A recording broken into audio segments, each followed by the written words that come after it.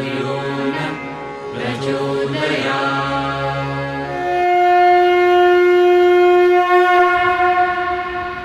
चलता रहूंगा पथ पर, चलने में माहिर बन जाऊंगा। या तो मंजिल मिल जाएगी या अच्छा मुसाफिर बन जाऊंगा। ऐसे कर्तव्यनिष्ठ और दृढ़ सोच रखने वाली शख्सियत ढूंढना अंधेरे में सुई ढूंढने के समान है। अब इसे हमारा सौभाग्य कहें या भगवान का लिखा कि हमें ऐसा व्यक्तित्व रखने वाले नेता का साथ और छत्रछाया प्राप्त हुई।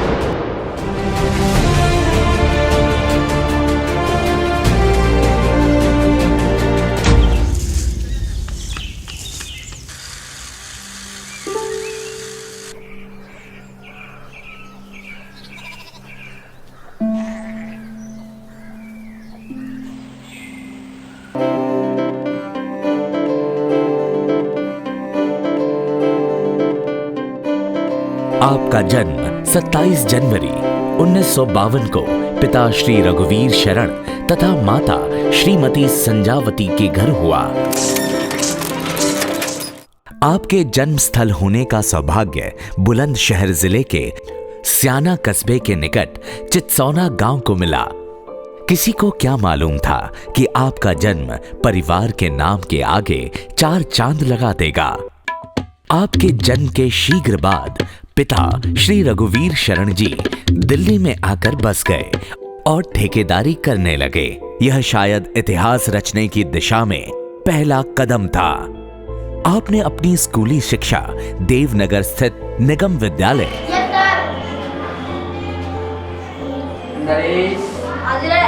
एवं शाहदरा स्थित बाबूराम स्कूल से की। बचपन से ही जन एवं राष्ट्र सेवा में आपकी रुचि ने आपको शाखा के कार्यों की तरफ मोड़ दिया और यह तो बस एक शुरुआत थी।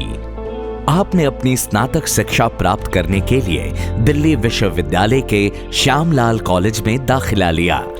कॉलेज के प्रथम वर्ष में ही आपकी रुचि राजनीति में दिखने लगी। ये विद्यार्थी परिषद में बड़ा एक्टिव था, लड़ाकू था, श्यामलाल कॉलेज में पढ़ता था और काफ़ी दमदार आदमी था और आमतौर पे अन्याय बर्दाश्त नहीं होता था।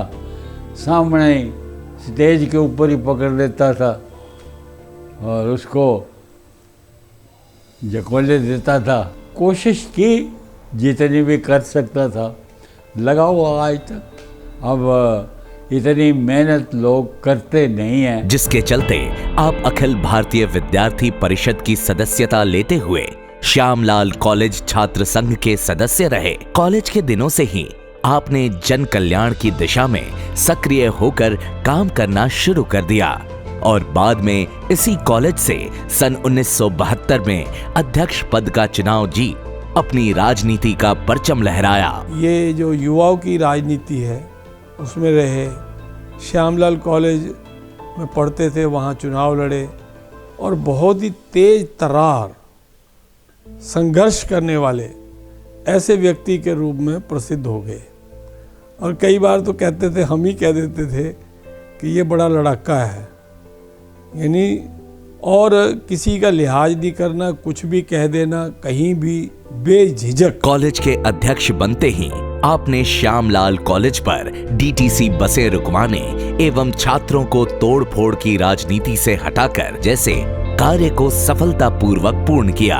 आपका योगदान दिल्ली विश्वविद्यालय के विद्यार्थी परिषद के गठन और विकास में काफी महत्वपूर्ण रहा। जिससे मेरा परिचय शायद 50 साल पुराना है। हम दोनों युवा थे, विश्वविद्यालय में थे। हम एक कॉलेज में नहीं पढ़ते थे, परंतु अखिल भारतीय विद्यार्थी परिषद के कार्यकर्ता होने के नाते हमारी मित्रता भी थी, संबंध भी था और साथ साथ हम लोग काम भी करते थे। वो ज़माना आज से थोड़ा अलग था, भिन्न था। एक जुझारू कार्यकर्ता थे और उनमें जो ऊर्जा थी वो विलक्षण थी। हम में से बहुत सारे लोगों में वो जोश नहीं था और वो साहस भी नहीं था जो नरेश जी में था। नरेश जी पूरा समय जिसे कहना चाहिए समाज का चिंता करना, काम करना, और विद्यार्थी जीवन में जबकि लोग अपने कैरियर के बारे में सोचते हैं, उस समय नरेश जी उन लोगों में से थे जो कि पूरी तरह समाज से के प्रति समर्पित थे। अपने संगठन कौशल तथा नेतृत्व कौशल के कारण आपने दिल्ली प्रदेश विद्यार्थी परिषद के संगठन मंत्री होते हुए परिषद के कार्य काफी प्रभावी रूप से पूर्ण किए। इन्हीं दिनों आपकी मुलाकात श्री विजय गोयल, श्री अरुण जेटली, श्री रजत शर्मा जैसे प्रभावी नेताओं एवं पत्रकारों से हुई। सन 1972-73 में उन सब के लिए एक केंद्र स्थान था विद्यार्थी परिषद का कार्यालय, जो 33 नंबर बंगलो रोड एक घर में होता था। वहां जो हमारे फुल टाइमर और संगठन मंत्री भी थे, संगठन का काम देखते थे, बाद में 4 बार दिल्ली से विधायक बने, श्री नरेश गौड़, नरेश जी हैं इधर, नरेश जी कार्यालय में ही रहते थे। तो उस वक्त प्रधानमंत्री जी जब इमरजेंसी के बाद अपनी परीक्षा देने गुजरात से दिल्ली आते थे तो विद्यार्थी परिषद के कार्यालय में रुकते थे नरेश जी के साथ। और 78 में उन्होंने एक्सटर्नल कैंडिडेट के नाते अपनी ग्रेजुएशन पूरी की। बहुत लोग उनको उस वक्त जानते नहीं थे और मौजूदा लोगों में से जिनका उस वक्त उनसे थोड़ा बहुत परिचय आया, ज्यादा नरेश जी का आया क्योंकि ये इकट्ठा रहते थे दोनों, और थोड़ा मेरी जानकारी में था। नरेंद्र जी दिल्ली आते थे एग्जाम देने, तो हमारा यूनिवर्सिटी में कर लेता विद्यार्थी परिषद का। मैं उस समय पूर्णकालिक कार्यकर्ता था। 74, 75, 76 में 75 में हम जेल चले गए। तो मोदी जी एग्जाम देके कार्यालय में आया करते थे, तो वहाँ रहते भी थे। हम लोग भोजन भी सुबह किया करते थे, वहाँ से एग्जाम देने जाते थे। तो मेरा उस समय से 74 से परिचय, क्योंकि मैं यूनिवर्सिटी में कार्यकर्ता था, संगठन महामंत्री था। वो गुजरात से आके एग्जाम देने आते थे। उस समय इतना मेरा परिचय था। सन 1974 में श्री अरुण जेटली जी को दिल्ली यूनिवर्सिटी छात्र संघ का अध्यक्ष बनाने में आपका अहम योगदान रहा, जिसके बाद आपकी और जेटली की दोस्ती के किस्से पार्टी में मशहूर हो गए। जब देश इंदिरा गांधी द्वारा लगाए गए अपमानजनक एवं निर्दयी आपातकाल से जूझ रहा था और समस्त दलों के प्रमुख नेताओं को पकड़कर जेलों में डाला जा रहा था, उस समय संघ ने सत्याग्रह आंदोलन चलाया, जिनके कार्यकर्ताओं में से एक आप भी थे। हमारा वार्ड बिल्कुल एक अलग कोने में जेल में था, जहां जिन लोगों को फांसी की सज़ा होती थी उनको रखा जाता था। उसके बराबर के वार्ड में हम लोग को रखा हुआ था, और ये उससे पहले अलग वार्ड थे उसमें से, तो वहाँ मिलने जुलने की सुविधा नहीं थी हमको, इसलिए शायद मुझे जानकारी याद नहीं आ रहा अभी तो कुछ, लेकिन वहाँ भी थे चर्चा में। जब कभी भी मिलते थे मिलाई के टाइम पर या वैसे इधर उधर से खबर आती थी, तो वहाँ भी ये था कि ये बड़े साहस के साथ, हिम्मत के साथ और जुटे हुए थे। बहुत दिनों तक भूमिगत रहकर पुलिस से स्वयं को बचाकर आपने जनता को जागृत करने के लिए पर्चे छपवाए एवं अपनी जान पे खेलकर स्वयं बांटे। इसी दौरान वर्तमान में केंद्रीय मंत्री श्री हर्षवर्धन से आपका पत्र व्यवहार भी होता रहा। इमरजेंसी के अंदर भी संभवतः उनको जेल यात्रा भी करनी पड़ी। तब उस समय पे भी मैं मेडिकल कॉलेज में पढ़ता था और उनसे मेरा पत्र व्यवहार होता था। कर्मठ हैं, जुझारू हैं, और बाद में तो वो हमारे साथ दिल्ली विधानसभा में साथी भी बन गए। आपातकाल में गुप्त क्रांति नामक पुस्तक, जिसकी भूमिका स्वर्गीय श्री अटल बिहारी वाजपेयी जी ने तैयार की, उसी पुस्तक में आपके प्रसंग में एक रोचक किस्सा लिखा गया, जिसका शीर्षक रहा भागने की जोड़ तोड़। उस किस्से में बताया गया कि किस प्रकार आपने जेल से भागने के लिए षड्यंत्र रचा और उसमें आप सफल भी रहे। और इमरजेंसी के काल में जब श्रीमती इंदिरा गांधी का पूरा का पूरा अधिनायकवाद का चेहरा सामने आया और विरोधी पक्ष के लोगों को प्रताड़ित किया जाने लगा, तो जो अंडरग्राउंड मूवमेंट चला उस समय और जिसमें संघ की बड़ी भूमिका थी, उसमें नरेश जी ने बहुत ही साहसपूर्वक उस सारे आंदोलन में भाग लिया। बात आंदोलन की करें या कॉलेज राजनीति की, आपके भाषणों की तुलना सिंह गरजने से की जाने लगी। इसी के कारण आपातकाल के समय आप नरेंद्र भारद्वाज के गुप्त नाम से प्रसिद्ध हुए। अपनी आध्यात्मिक प्रवृत्ति के कारण भारत में लगभग हर तीर्थ यात्रा करने का आपको सौभाग्य प्राप्त हुआ। अपनी टोपी में एक और पंख लगाते हुए आपने LLB की परीक्षा मेरठ विश्वविद्यालय से उत्तीर्ण की। इसी बीच फरवरी 1969 में आपका विवाह मणि गौर से हुआ। कुछ दिनों बाद भारतीय जनता पार्टी के युवा मोर्चे में सक्रिय कार्यकर्ता रहने के बाद आप सक्रिय राजनीति में प्रविष्ट हुए।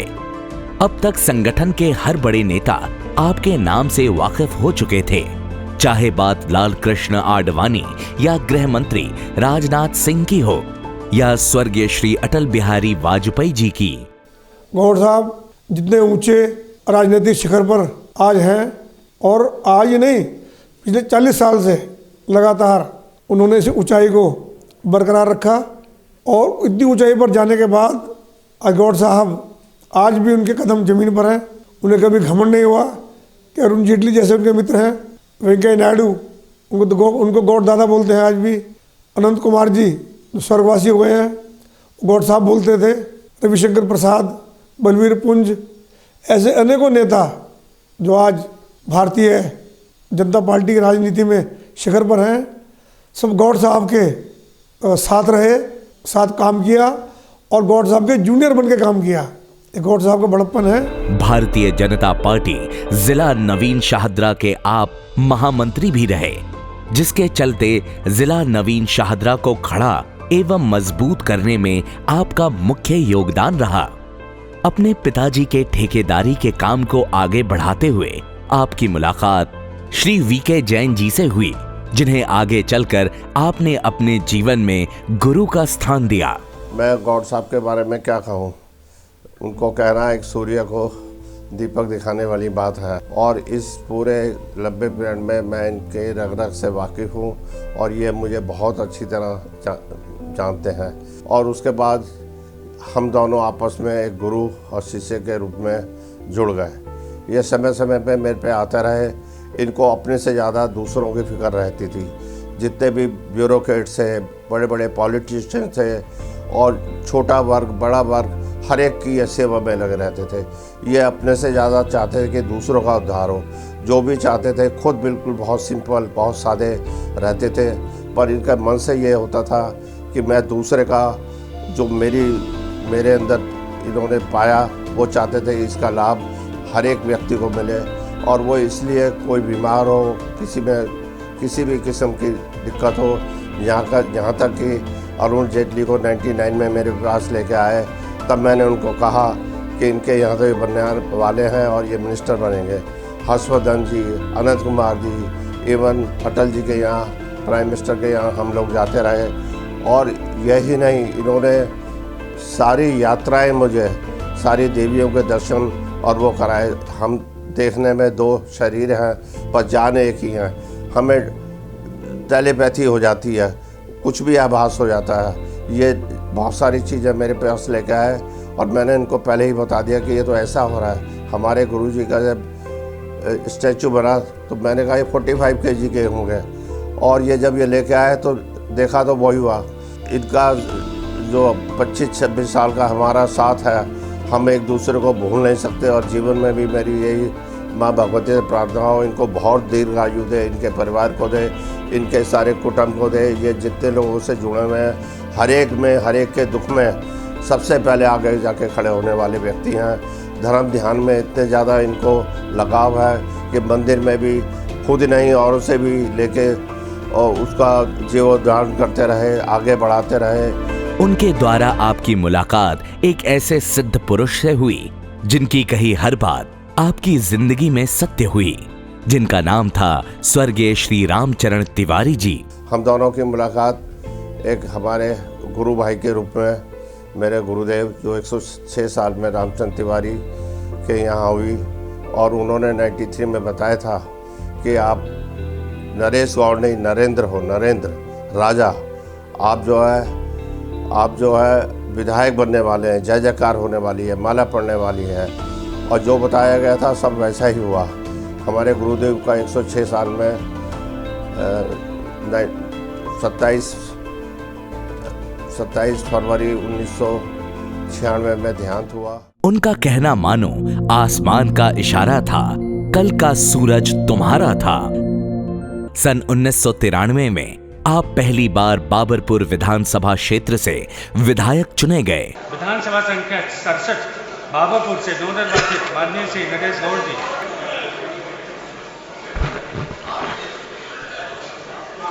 प्रतिज्ञानम अहम विधानसभाया सदस्येन निर्वाचित निश्चयेन सत्य निष्ठाया प्रतिज्ञानम करोमि वदेहम विधिना स्थापितम भारतस्य संविधानं प्रति सत्या श्रद्धा निष्ठां च धारयिष्ये यदम भारतस्य संपूर्ण प्रभुत्वस्य संपन्नता खंडितां च रक्षयामि तथा यत् पदं गृहीतुम् अहम् उद्यतम् अस्मिन् तस्य कर्तव्यानि श्रद्धापूर्वकं निर्वक्ष्यामि।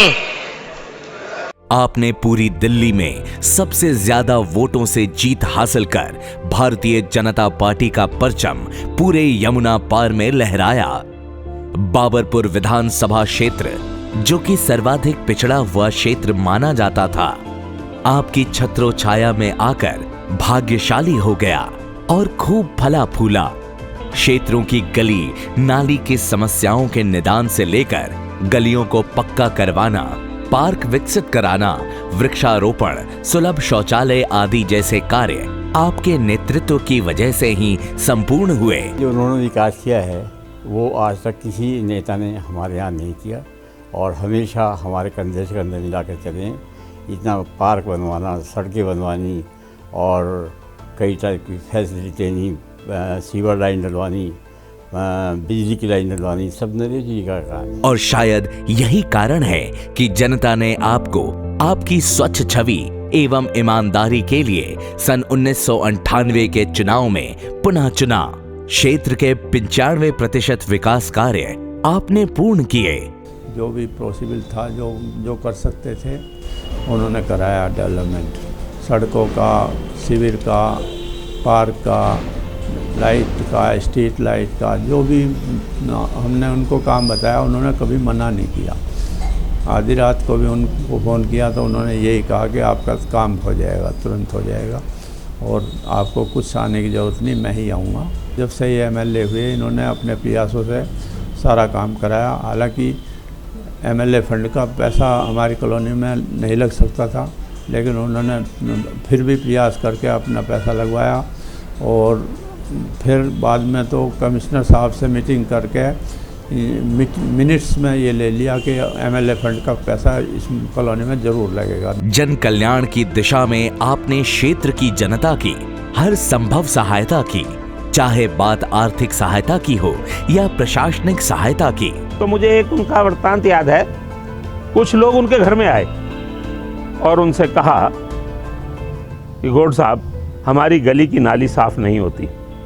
तो गौड़ साहब ने कहा मैं बात करूंगा और उन्होंने बात की, लेकिन शायद उस समय वो उस नाली को साफ कराने में सक्षम नहीं थे या करवा नहीं पाए या उस अधिकारी ने उनका कहा नहीं माना। तो आप हैरान होंगे, दूसरे दिन सुबह 5 बजे उठकर उन्होंने वो नाली अपने आप ही साफ कर दी और नहा धो के जब बाहर आए तो एक बुढ़िया ने देख लिया था। तो बुढ़िया ने कहा नरेश ये क्या किया? उसे जवाब मिला, अम्मा जी काम तो कहा था, काम तो कराना था, कराने वाला नहीं आया तो करने वाला तो था। इस बात का ये संदेश गया कि उस दिन के बाद नगर निगम का जो साइंटिफिक ऑफिसर था वहाँ, सैनिटरी इंस्पेक्टर, उसने ये आर्डर कर दिए कि ये गलियाँ रोज़ साफ होंगी और उसके बाद उन गलियों में कभी कोई शिकायत नहीं आई। स्वभाव में थोड़ी कठोरता की शायद वजह रही, जिसके कारण आपको 2003 के विधानसभा चुनाव में हार का सामना करना पड़ा।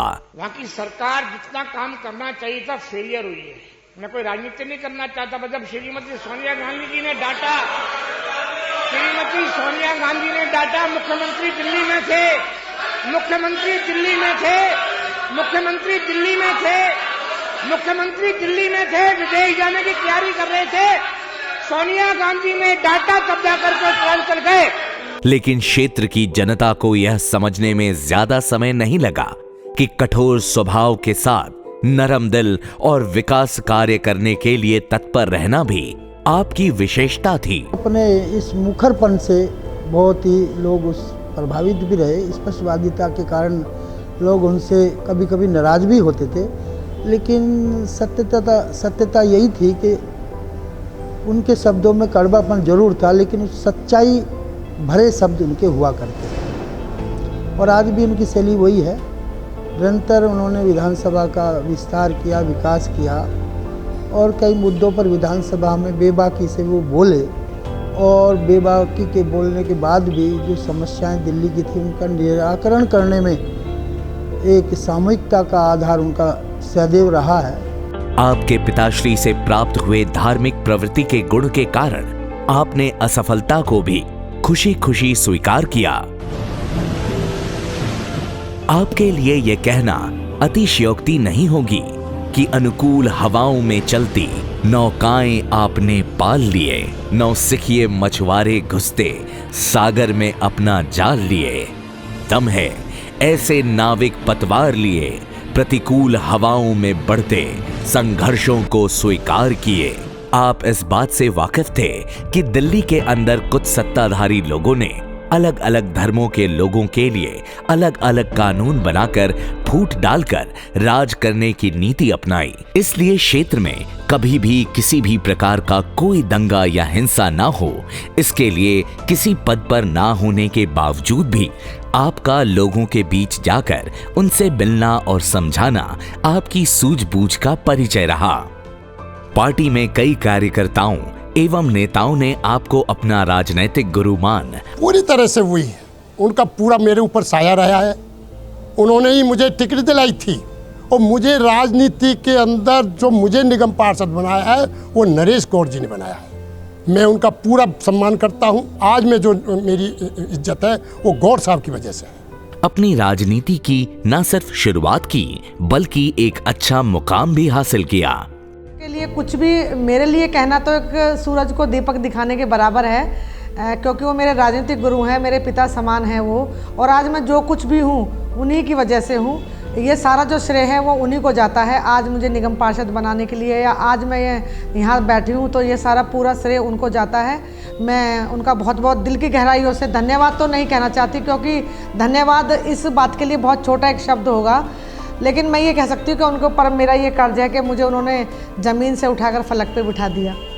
आपने धर्म की राजनीति ना करके मुस्लिम समाज के लिए कब्रिस्तान एवं हिंदुओं के लिए शमशान घाट बनवाने जैसे बड़े कार्यों को अंजाम दिया। पिछले दिनों की यादों के अंदर मुझे आता है कि जब बाबरपुर के अंदर एक शमशान घाट का मामला था, वो विधानसभा में बार बार चिल्लाते थे, कहते थे, लोगों को कहते थे, मुख्यमंत्री जी को कहते थे कि साहब इस प्रकार का कब है, वहाँ इस प्रकार की परेशानियाँ हैं।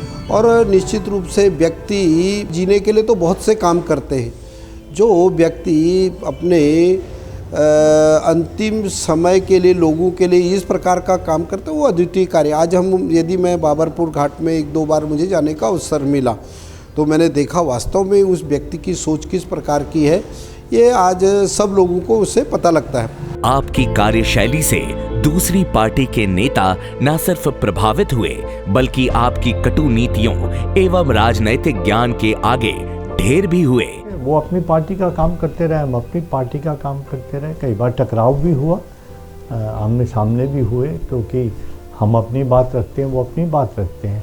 लेकिन जहाँ तक व्यवहार का सवाल है, वो व्यवहार कुशल हैं और उनके साथ काम करने में अच्छा लगा। कई बार हमारी मीटिंग भी ऐसी होती थी जिनमें वो भी होते थे, मैं भी होता था, जो एडमिनिस्ट्रेशन के साथ होती थी। हम अलग अलग पार्टी से ताल्लुक़ रखते हैं, लेकिन हमारे रिश्ते हमेशा बहुत अच्छे रहे।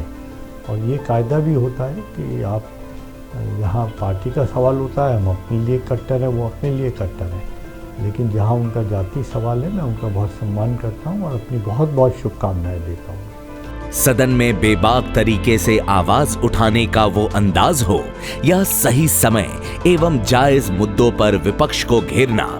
गौर साहब के साथ मैं 3 दफ़ा एमएलए रही और उनको बहुत ही एक अच्छी शख्सियत के रूप में देखा, जो अपनी बात ज़रूर कहते थे, लेकिन अगर वो किसी का आलोचना भी करते थे तो वो ऐसे मीठे तरीके से करते थे कि वो आलोचना नहीं लगती थी, अपना कर्तव्य निभाते थे। लेकिन कभी उन्होंने जो अपोजिशन में बहुत सारे नेताओं की आदत होती है कि एक परिस्थिति को बहुत ऊंची आवाज़ में या कड़े शब्दों में कहना, नहीं, वो कभी नहीं ऐसा करते थे। जब आलोचना भी हमारी सरकार की करते थे तो वो जो पॉइंट्स रखते थे वो बहुत सही होते थे। भले ही हम उनको एक्सेप्ट करें या ना करें, लेकिन उनसे हमें कोई शिकायत कभी नहीं रही। इन्हीं विशेषताओं के कारण विरोधी दल के नेता भी आपकी प्रशंसा करने से खुद को नहीं रोक पाते थे। नरेश गौड़ जी बहुत सीनियर लीडर हैं भारतीय जनता पार्टी के, और बाबरपुर विधानसभा से 4 बार वो एमएलए भी रहे हैं। बड़ा संघर्षपूर्ण जीवन उनका रहा है। हमेशा उन्होंने अपने इलाके के लोगों के लिए, अपने लोगों के लिए संघर्ष किया है, उनकी भलाई के लिए, डेवलपमेंट के लिए, और जो भी काम उनके पास गया है उसको पूरा करने की उन्होंने कोशिश की। हमारे तो पड़ोसी एमएलए हैं, हमारा बहुत अच्छा संबंध उनसे रहा है। पार्टी भले ही अलग हो, लेकिन एक आदमी के तौर पर, एक एमएलए के तौर पर हमेशा उन्होंने कहीं ज़रूरत पड़ी है तो हमारे साथ खड़े हुए हैं, या उनको कहीं ज़रूरत पड़ी है तो हम भी उनके साथ खड़े हुए हैं। ये जो खूबियां हैं वो पुराने लोगों में है। अपने कार्यों एवं अपनी खरी बातों से विपक्ष को ललकारने के चलते आप अखबारों में छाने लगे। कांग्रेस का ग्रुप है, कांग्रेस के लोग इनको फंडिंग देकर के सब विरोध करा रहे हैं। असल में विरोध तो सरकार का होता है, विपक्ष तो इन मुद्दों को 15 साल से उठा रहे हैं।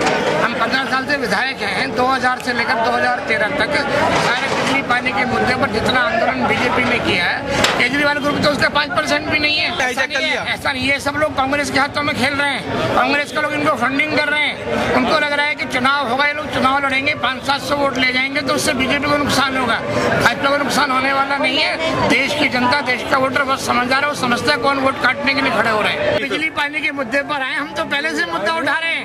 इन्होंने तो इस मुद्दे को हाईजैक करने की कोशिश की, गुमराह कर रहे हैं दिल्ली के लोगों को। आपके चुनाव प्रस्ताव हमेशा पारदर्शी एवं जनता के हित को ध्यान में रखते हुए रहे, जिसके कारण क्षेत्र की जनता ने आपको 2008 और 2013 के चुनाव में पुनः लगातार 2 बार चुना।